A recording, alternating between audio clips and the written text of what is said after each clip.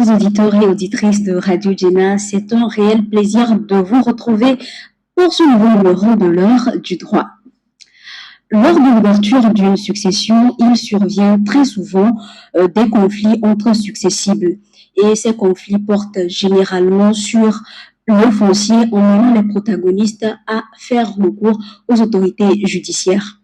Avec l'invité du jour, Manasseh Kofi Koulounou, qui est assistant juriste foncier, nous allons parler des règles juridiques relatives aux successions et celles qui concernent le partage de la terre. Quant à moi, je suis Méchak Niaro. Cher invité, bonjour. Bonjour. Alors aujourd'hui, nous abordons la question du foncier dans le cadre des successions. Alors dites-nous, quelles sont les raisons ou les causes des accrochages entre successibles, entre héritiers lors d'une succession? Merci. En droit togolais, je dirais la terre étant le bien par excellence, source d'activité et pour les populations majoritairement rurales et même en milieu urbain, je pense que le problème foncier ne cesse d'augmenter, ne cesse de créer la division entre des familles. En ce qui concerne les problèmes ou bien les causes, nous pensons que les litiges fonciers dans les successions doivent être vus de deux manières. Il peut arriver des mésententes entre les héritiers d'une succession eux-mêmes et des mésententes à l'égard des tiers.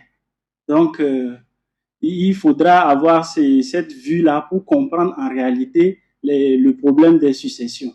D'accord. Alors, dites-nous, c'est quoi une succession? La succession, d'abord, on peut la définir comme la transmission des biens d'un défunt, et c'est son premier sens. Et on peut aussi la comprendre comme le bien même, le bien du défunt même. Donc, c'est en ce sens on parle de succession, telle personne. Lorsqu'on est en train de parler on aborde la question de succession, il y a des termes comme successible, des termes comme héritier qui reviennent. Est-ce que vous pouvez me donner des significations et peut-être la nuance qu'il existe entre ces différentes notions? Merci. Le terme héritier signifie simplement celui qui hérite du défunt. Donc, quand une personne est décédée, il peut laisser non seulement des descendants, mais aussi des ascendants. Donc, au-delà de ces au-delà de ces deux situations, on peut dire que le conjoint survivant avec le code des personnes de la famille devient également héritier. Donc, l'héritier peut être compris comme cette personne-là qui hérite des biens d'un défunt ou bien d'une personne décédée. D'accord. Et le cas du successible? Le successible est également un synonyme, si on peut le dire comme ça, de la notion d'héritier.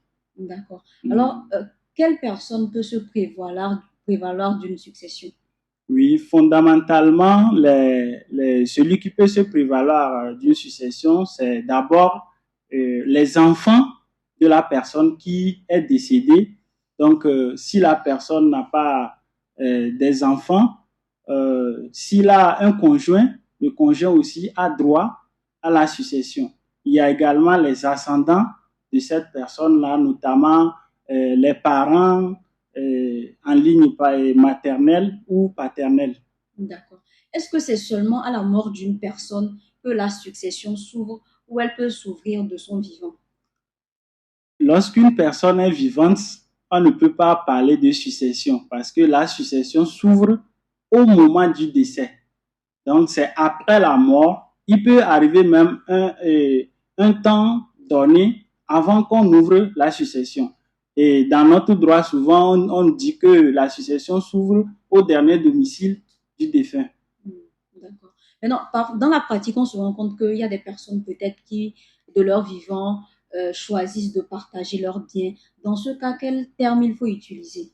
Oui, celui qui choisit de partager son bien peut établir ou bien rédiger un testament.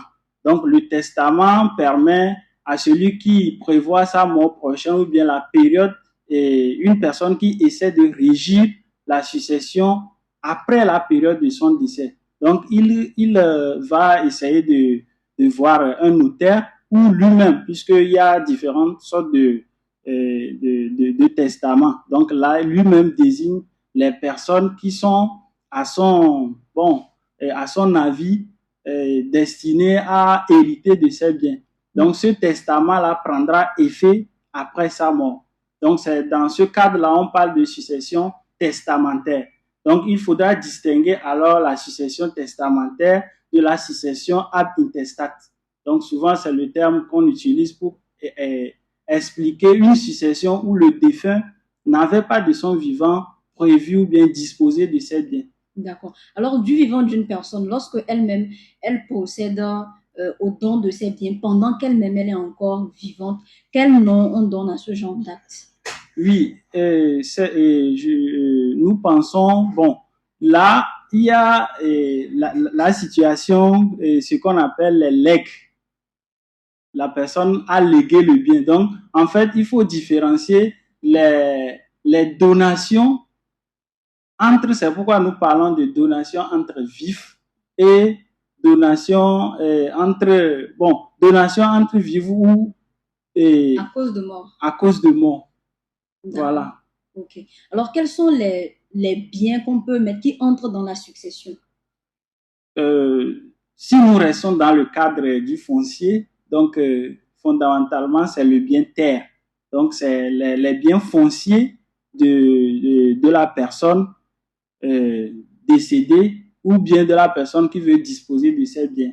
Donc, mais en dehors des biens fonciers qui sont principalement des biens immobiliers, tous les biens peuvent faire partie de la succession.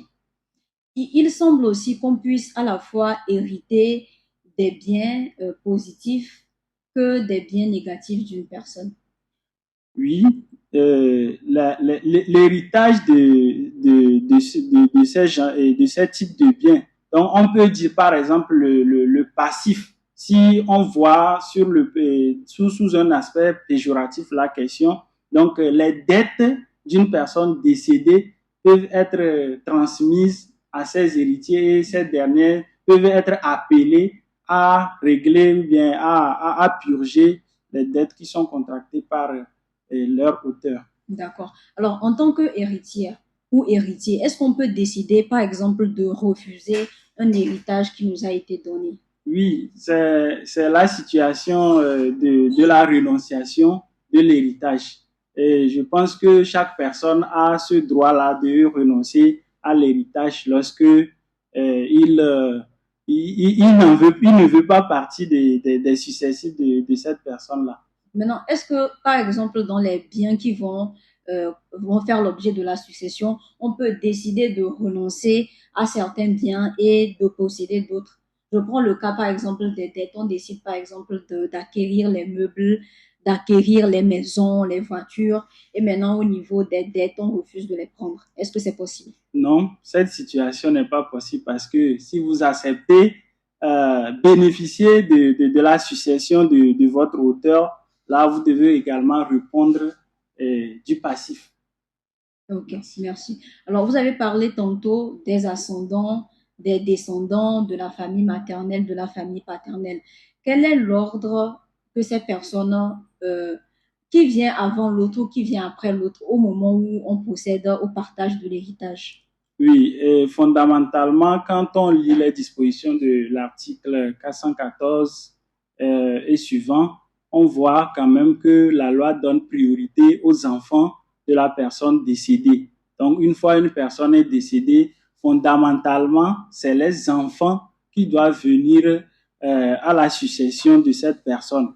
Maintenant, si la personne ou bien la personne défunte n'a pas d'enfant, là, on voit également les ascendants.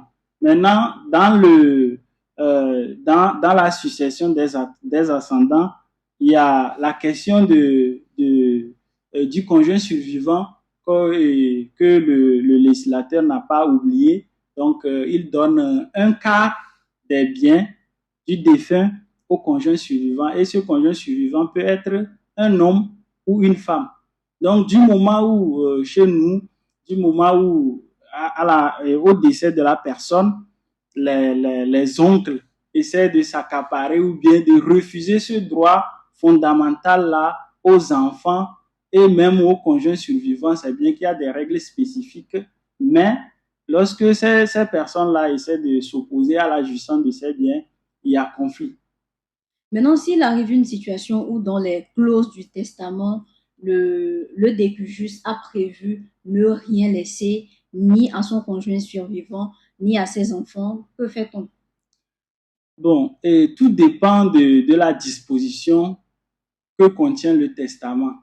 Lorsque, par exemple, le décujus ou bien la personne défunte lors de son vivant, il ne peut pas priver totalement du droit à l'héritage insuccessible. Donc, il peut disposer, mais cela ne doit pas apparaître comme il est en train d'évincer cet héritier-là, à moins qu'il rapporte la preuve que cet héritier-là est indigne. Donc, il y a la situation d'indignité-là qui peut faire que une personne qui sent effectivement sa mort ou bien son décès, elle fait l'objet de sévices, des injures, bien d'un type de comportement de la part d'un de ses héritiers. Logiquement, il peut déshériter cette personne-là. Mais lorsqu'il n'y a pas la preuve, cette preuve-là que la personne-là lui a causé du tort, le déshériter, c'est comme une sorte de discrimination. C'est vrai que le droit à l'héritage, ce n'est pas un droit constitutionnel, mais c'est un droit fondamental et dont dispose quand même chaque héritier. D'accord, merci pour ces éclaircissements. Autant la personne qui sent sa mort venir peut exclure ses enfants et sa femme de l'héritage, autant il arrive des situations où la personne décide d'exclure ses propres parents, c'est-à-dire ses frères, ses sœurs, ses parents, ses ascendants. Dans ce cas, est-ce que c'est également proscrit par la loi ou il est autorisé à le faire? Cette situation est possible puisque si vous êtes propriétaire d'un bien, vous avez ce qu'on appelle l'abusus. Donc, la faculté de disposition qui est votre super pouvoir qui vous permet d'en faire ce que vous voulez. Lorsque vous êtes propriétaire d'un bien, on ne peut pas vous imposer de donner ce bien à telle ou telle personne. Donc, vous pouvez choisir de donner seulement ce bien-là à la personne que vous voulez. En principe, c'est comme ça. D'accord. Alors, est-ce qu'à la mort d'une personne, on peut décider de contester? Ça arrive très souvent dans la pratique, de contester certaines clauses, ce qu'il a eu à écrire, on n'est pas d'accord. Peut-être dans le cas où le partage des biens a été fait de manière inégale. Oui, bien évidemment. Il arrive des situations comme ça où euh, même les enfants de la personne décédée contestent la disposition qui a consisté pour la personne décédée de donner, comme on vient de le dire, la totalité des biens à un seul des enfants, tout en excluant les autres. Donc ça, c'est une discrimination. Donc du moment où ceux qui ont bénéficié de ce bien n'ont pas arrivé à prouver que ceux qui ont été exclus ont été coupables des actes d'indignité, la loi peut rétablir la situation. Donc, on refuse quand même, vous avez le droit, c'est vos héritiers, vous avez le droit d'attribuer les biens, de disposer des biens comme vous le voulez, mais exclure que cela ait l'impression que vous êtes en train d'exclure ces héritiers-là. La loi peut rétablir la situation en partageant ce bien-là. Est-ce à dire que une personne est tenue formellement de respecter de façon intégrale et absolue les quotes-parts qui sont réservées à ses héritiers? C'est-à-dire, quand par exemple on parle le cas de la femme, il doit forcément laisser un quart. Pour les enfants, il doit forcément laisser un certain pourcentage fixe. Il faudra distinguer le cas où la personne fait une donation.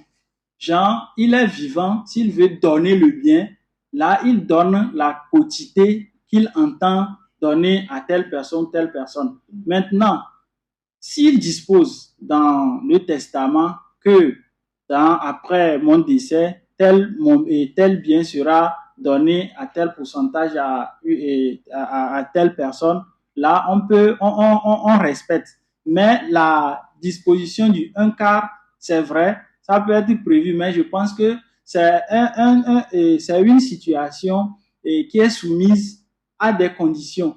Vous allez voir, la loi dit le conjoint qui doit bénéficier, par exemple, du un quart de la succession de son conjoint décédé ou bien du décousu, ne doit pas se divorcer. Ne doit pas se divorcer. Et s'il est arrivé, quelqu'un arrive à prouver que cette personne-là est déjà divorcée, il perd ce droit-là de bénéfice de un quart de la succession. Donc, il faut que un jugement de divorce devenu définitif n'existe pas. D'accord. Maintenant, qu'arrive-t-il dans le cas où le décédé peut-être était dans un régime matrimonial polygamique? Oui, si, cette situation, c'est vrai qu'elle existe dans notre droit positif. Lorsque le décujus ou le défunt a plusieurs femmes, c'est les un quart là qui seront partagés à part égale entre ces femmes-là. Ou bien le un quart, bon voilà, c'est un peu ça. D'accord. Et il faut forcément aussi que ces femmes soient mariées civilement à cet homme. Justement, il y a ce problème-là où l'acte et le bénéfice de la disposition, c'est ça, comme je l'ai dit, le mariage est l'une des conditions fondamentales pour bénéficier de cette disposition-là. Donc, on voit que dans beaucoup de nos milieux, c'est le mariage coutumier, le concubinage. Donc, quand on lit les tests de loi, ces gens-là, les concubins n'ont pas droit à cette disposition. Mais est-ce qu'il y a une dérogation?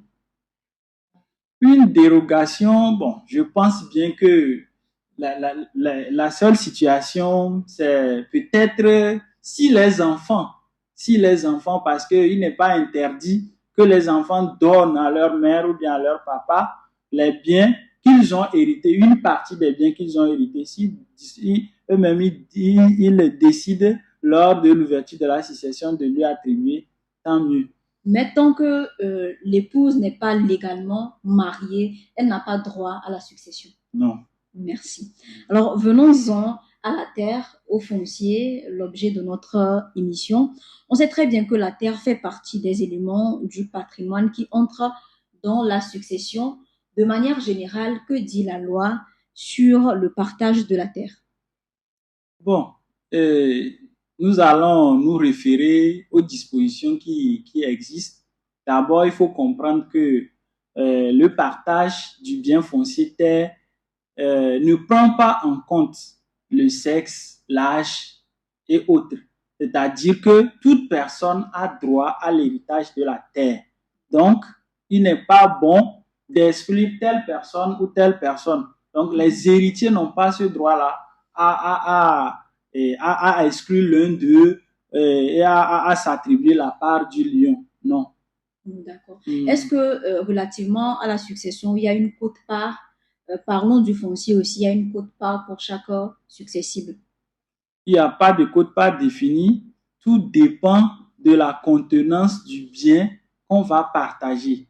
On peut prendre par exemple, je dirais 10 lots. Si on prend 10 lots de terrain que le décousu a avant sa mort, je pense que s'il a 10 enfants, ces enfants-là doivent bénéficier de ces lots-là de façon proportionnelle. Donc, c'est pourquoi quand nous lisons bien le code des personnes de la famille, notamment l'article 126, il nous est dit que les enfants succèdent par tête et par égale portion. Donc, il n'y a pas lieu de discrimination. Mais dans la pratique, en fonction de l'âge, l'aîné peut prendre un léger avantage sur les autres. Est-ce une recommandation juridique ou ça dépend de la volonté du défunt? Bon, nous allons, je pense, parler plus de la succession ab intestate. Donc, c'est-à-dire la succession là où le défunt n'avait pas disposé des biens avant sa mort. Donc, s'il ne dispose pas des biens avant sa mort, je pense que c'est la règle d'égalité là qui s'applique. Est-ce que les enfants mineurs aussi ont accès à la terre dans le partage? Bien évidemment, les enfants, dès qu'ils sont conçus, ont droit à l'héritage du bien laissé par leur auteur. Et à partir de quel moment ils ont la possibilité de jouir de cette terre en tant que bien? Oui, quand ils deviennent majeurs, ils ont ce droit-là de réclamer. Et d'ailleurs, pourquoi parfois on exige que les enfants mineurs, soit ils ont des tuteurs qui les représentent en justice ou bien dans le partage de ces biens-là, de telle sorte que après le partage, une part leur part soit réservée jusqu'à leur majorité où ils peuvent en bénéficier. Oui, nous reviendrons sur la question des administrateurs Ok. légaux des biens. Maintenant, dites-nous, en tant que spécialiste de la loi et du foncier, quel est le regard de la loi, surtout togolaise, sur les règles coutumières relatives au partage de la terre? Merci. Je pense que le législateur togolais, si nous prenons le code des personnes de la famille qui traite fondamentalement de la question de partage, je pense que le partage coutumier n'est pas interdit. Le partage coutumier d'un bien n'est pas interdit, mais ce qu'on interdit, c'est les pratiques discriminatoires ou bien les pratiques inégalitaires. Celles qui consistent à dire dans notre succession ou bien dans notre coutume, il n'y a pas la femme qui bénéficie de la terre et quand il y a une femme, on va l'exclure de la succession. Donc c'est ça le législateur a refusé. Et là, on prévoit même des sanctions. Si vous prenez les dispositions du code pénal, les articles 311 et suivants, vous allez voir que on dit celui qui refuse à la femme le bénéfice de la terre est passible de telle peine. Donc, il en est de même pour les mineurs, les jeunes, les personnes handicapées. C'est pourquoi et tout à l'heure, je disais que le partage ou bien l'héritage ne tient pas compte de la race, du sexe et autres. Merci. Alors, dites-nous, vous avez parlé des administrateurs légaux des biens. On se rend compte que dans la pratique, c'est souvent peut-être la famille du défunt qui décide d'administrer les biens. Que dit la loi par rapport à cela? Oui, quand on prend le code des personnes de la famille, il y a les dispositions qui portent sur la gestion des biens. Donc, j'aimerais revenir un peu en arrière pour expliquer ce phénomène-là qui est à l'origine même du conflit. Donc, quand la personne décède, le fait qu'il n'y a pas eu de disposition testamentaire et que la succession soit ab intestate, ils sont automatiquement en situation d'indivision. Donc, c'est le terme qu'on utilise, l'indivision. Donc, c'est cette situation-là où plusieurs personnes ont des droits similaires sur un même bien, mais ils ne connaissent pas la quote-part dont ils disposent avant partage. Donc, si c'est comme ça, il faut maintenant organiser cette indivision-là. Donc, l'organisation de l'indivision donne lieu à la désignation d'un administrateur ou bien d'un mandataire. Et ce mandataire n'est pas un mandataire forcément légal, puisque les indiviseurs même, l'article 502 du Code des personnes de la famille, a autorisé les indiviseurs à se grouper et à désigner un administrateur de leur choix, ou bien un gérant comme le code le dit. Donc le gérant est également le mandataire. Maintenant, le problème sur ce point-là d'administrateur, c'est la question de désignation qui pose problème. Et parfois, cette personne qui est désignée là ne remplit pas efficacement ses missions. Vous savez, le bien-terre, c'est un bien qui est souvent source d'envie de convoitise. Parfois, si vous ne désignez pas la bonne personne, il va dilapider tous vos biens. Et donc, la loi dit, si vous voulez désigner un administrateur ou bien un gérant, vous devez le faire à la majorité des 2 tiers. C'est-à-dire que si vous êtes 20, c'est les 2 tiers de 20 là qui doivent se grouper pour désigner. Donc, chez nous, en droit togolais, le problème qui se pose actuellement que les autorités doivent porter, sur lesquels les autorités doivent porter un regard, c'est le fait que les membres les membres ou bien ces héritiers-là du défunt, parfois ne respectent pas le quota ou bien le quorum que le législateur a indiqué. Parce qu'on sait que si vous êtes 20, que vous êtes 15, vous vous groupez pour désigner un administrateur ou bien un gérant, il ne se posera pas de problème. Mais vous allez voir que la vigilance de certains, c'est d'aller, par exemple, ils sont 5, ils désignent eux-mêmes de leur choix un administrateur ou bien un gérant qui leur convient pour gérer la succession. Vous voyez? Donc ça, c'est le problème de gestion. Donc tantôt, je disais que quand on parle de conflits successoraux ou bien les conflits fonciers de succession, il y a juste 2 types. Il y a le conflit qui naît entre les indivisaires eux-mêmes sur la gestion d'abord. Ce mandataire-là, certains ne sont pas d'accord, d'autres sont d'accord. Donc, le camp se divise. Donc, et parfois, la désignation pose problème où on ne respecte pas le quorum fixé par les dispositions de l'article 502. Et là, quand ça commence comme ça, c'est à la justice que ça se termine où on demande la révocation de ce mandataire-là qui n'est pas bien, qui ne fait pas confiance en fait. Donc, vous allez voir devant la justice, il y a des actions de révocation de mandat. On assigne un mandataire que on l'a désigné, mais il n'est pas sérieux. Donc, il y a la question de désignation et après, vous allez voir, les actes que ce mandataire pose là ne correspondent pas à la mission qu'on lui a confiée. On lui dit, gère ou administre notre bien et lui, il se permet de vendre pour assouvir ses besoins personnels. Donc, ça suppose que il y a certains indivisaires qui ne vont jamais accepter et ça met le feu aux poudres. Oui, avant de procéder au partage, l'administrateur est censé gérer les biens pendant combien de temps? En réalité, l'indivision, les indivisaires peuvent désigner leur gérant pour gérer l'indivision tant qu'ils veulent. Maintenant, ils peuvent faire aussi la convention d'indivision. Donc, la convention d'indivision, là, on dit, OK, notre bien, là, personne, on ne le partagera jamais. On maintiendra l'indivision pendant au moins 5 ans. Donc, c'est le délai maximum, c'est 5 ans. C'est-à-dire que si les indivisaires eux-mêmes décident. À partir de l'ouverture de la succession ou bien au moment du décès du décujus. Le décès du décujus fait tomber les biens en indivision.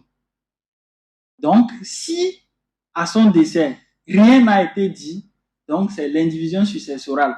Donc, il demeure dans cette indivision tant que le partage n'est pas provoqué.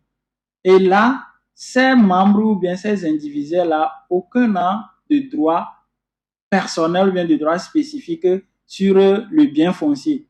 Donc, ce qui génère le problème là-bas, vous allez le constater, il y a certains indivisaires qui, sans avertir les autres, ou bien ces co-indivisaires, ou bien ces co-héritiers, cèdent des portions de ce bien-là qui est pour tout le monde à des tiers.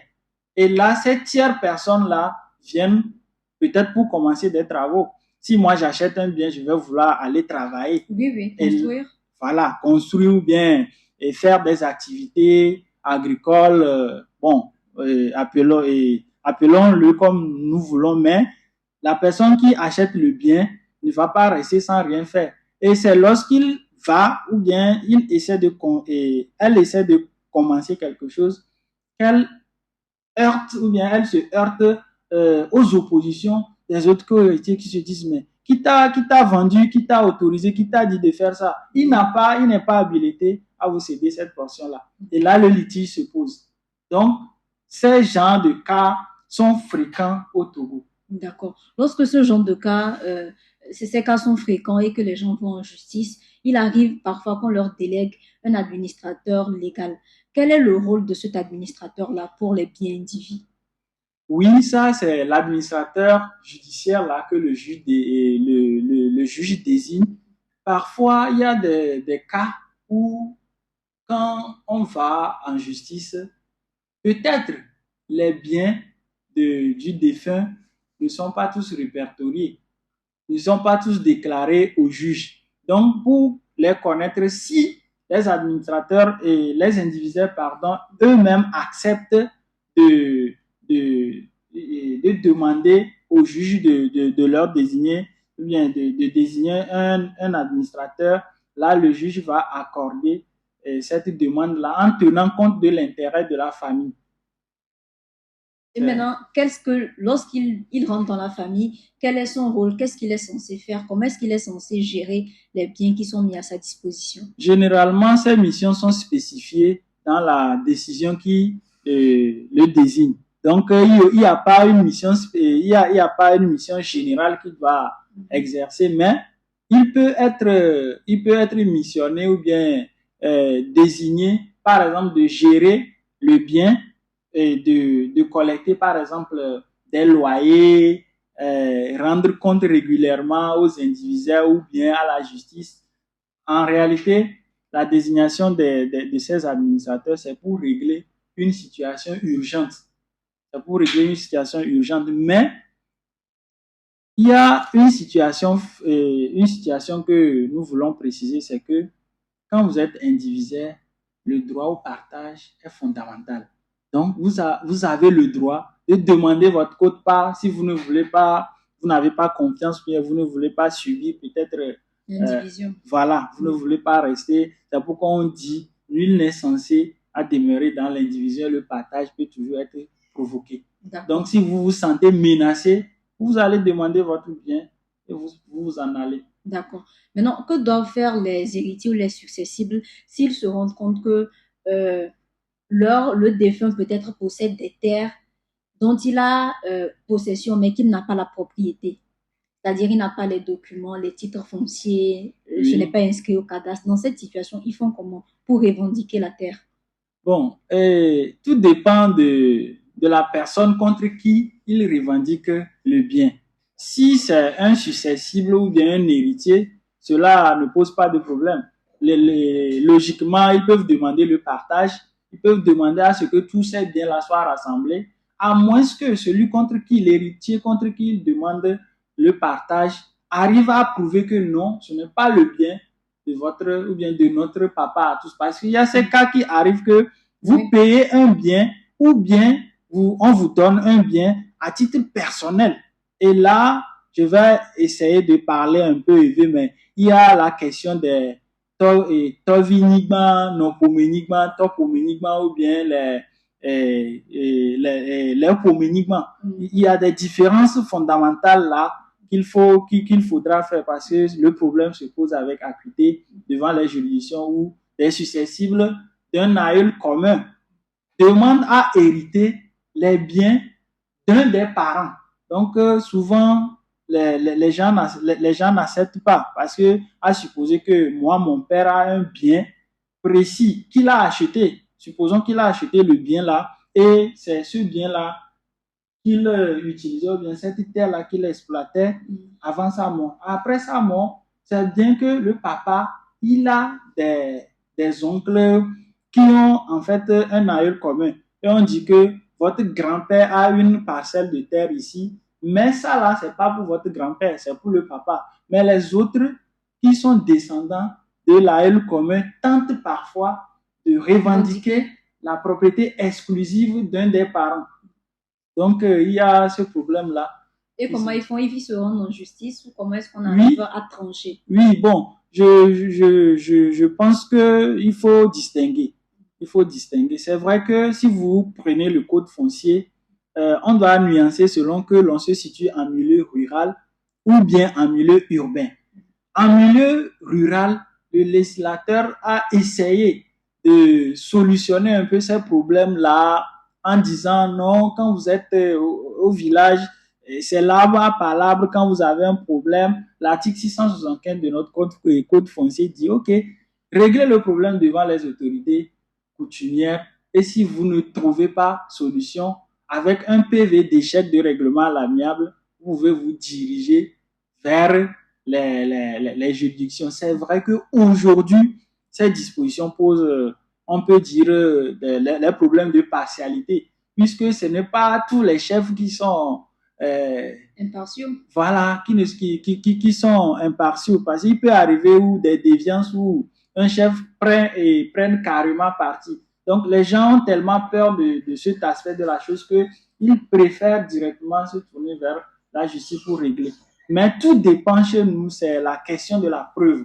Si vous arrivez à convaincre le juge que la parcelle de terre là appartient à l'un de vos parents, là, on vous la donne. D'accord, merci. Alors, en début d'émission, vous aviez dit que tous les biens rentraient dans la succession. Est-ce que c'est le cas du domicile conjugal? Oui, le domicile conjugal, en fait, la loi a prévu des dispositions spécifiques pour le conjoint survivant. Par exemple, quand c'est un domicile principal, je pense que on a protégé le conjoint là en disant que bon, en donnant un délai donné, parce que on sait que vraiment en Afrique, parfois quand la personne décède, la belle famille, les gens essaient de déposséder. Surtout, c'est les conjoints qui ont ces genres de problèmes. Donc, la loi les a protégés quand même qui, dans un intervalle donné, ils peuvent rester dans le domicile. Maintenant, est-ce que la famille, la belle famille, a le droit de venir réclamer la maison en tant que leur propriété? En réalité, non.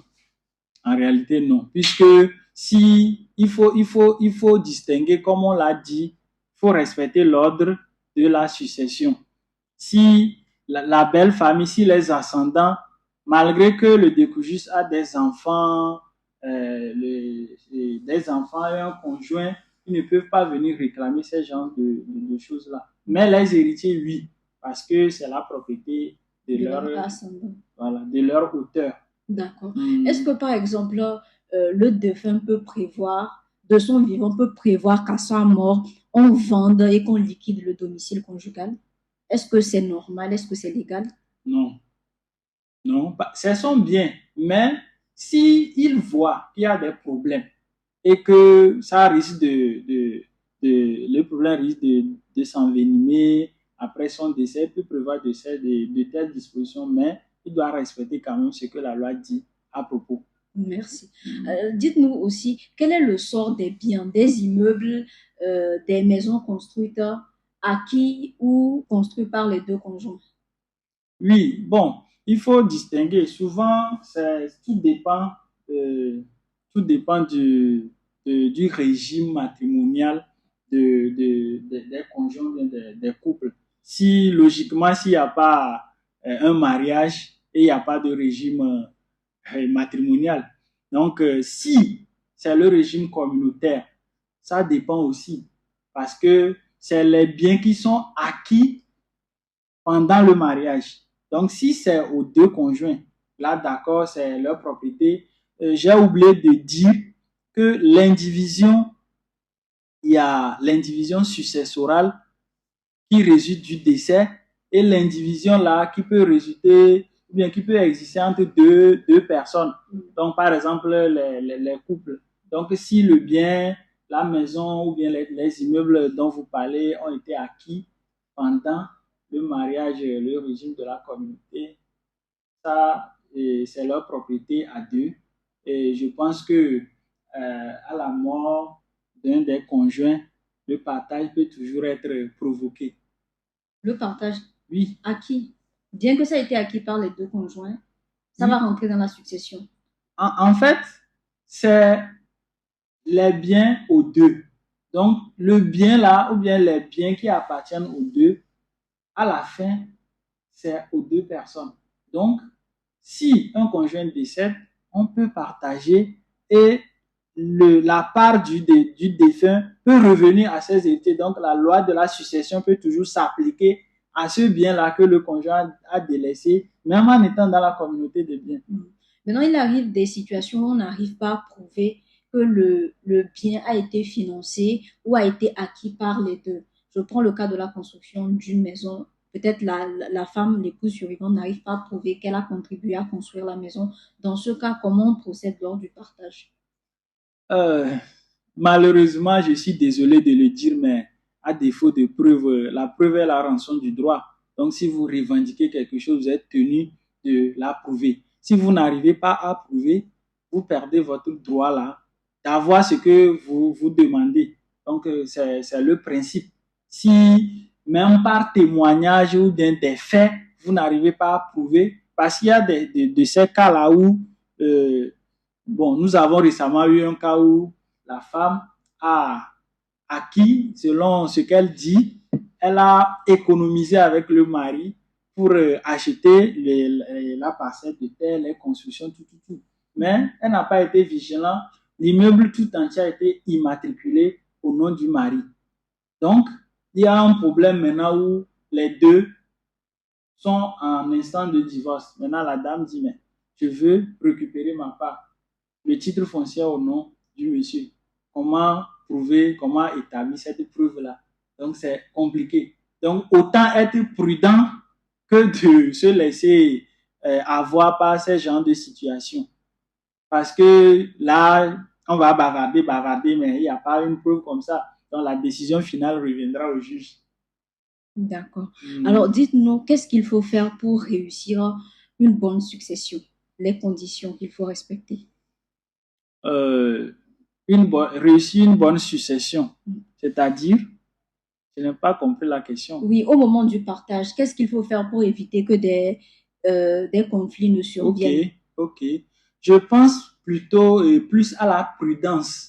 La prudence est de mise pour les héritiers d'une succession parce que, d'abord, comme je l'avais dit, le problème de succession, ça se passe entre les héritiers et entre les héritiers et les tiers. Donc, qu'est-ce qu'il faut faire? Quand vous êtes héritier et que votre auteur n'est plus, il faut être vigilant dans ce sens que même lors de la désignation, une personne que vous désignez, vous lui donnez des pouvoirs pour éviter par exemple les conflits de gestion, avoir des problèmes avec son mandataire. La confiance seulement ne suffit pas. Il faut donner des pouvoirs assortis je ne sais pas, assortis de réserve. Vous ne pouvez pas donner des pouvoirs absolus. Oui, absolus de disposer. Souvent, dans les mandats, c'est le problème qu'on a. Ou un mandataire, on ne vérifie même pas si la condition du quorum des 2/3 là ont été remplies. Même la loi dit, même le quorum de 2/3 ne permet pas à ce gérant-là de vendre. Donc, la vente ou bien la disposition doit être, le pouvoir de disposer d'un bien doit être spécial.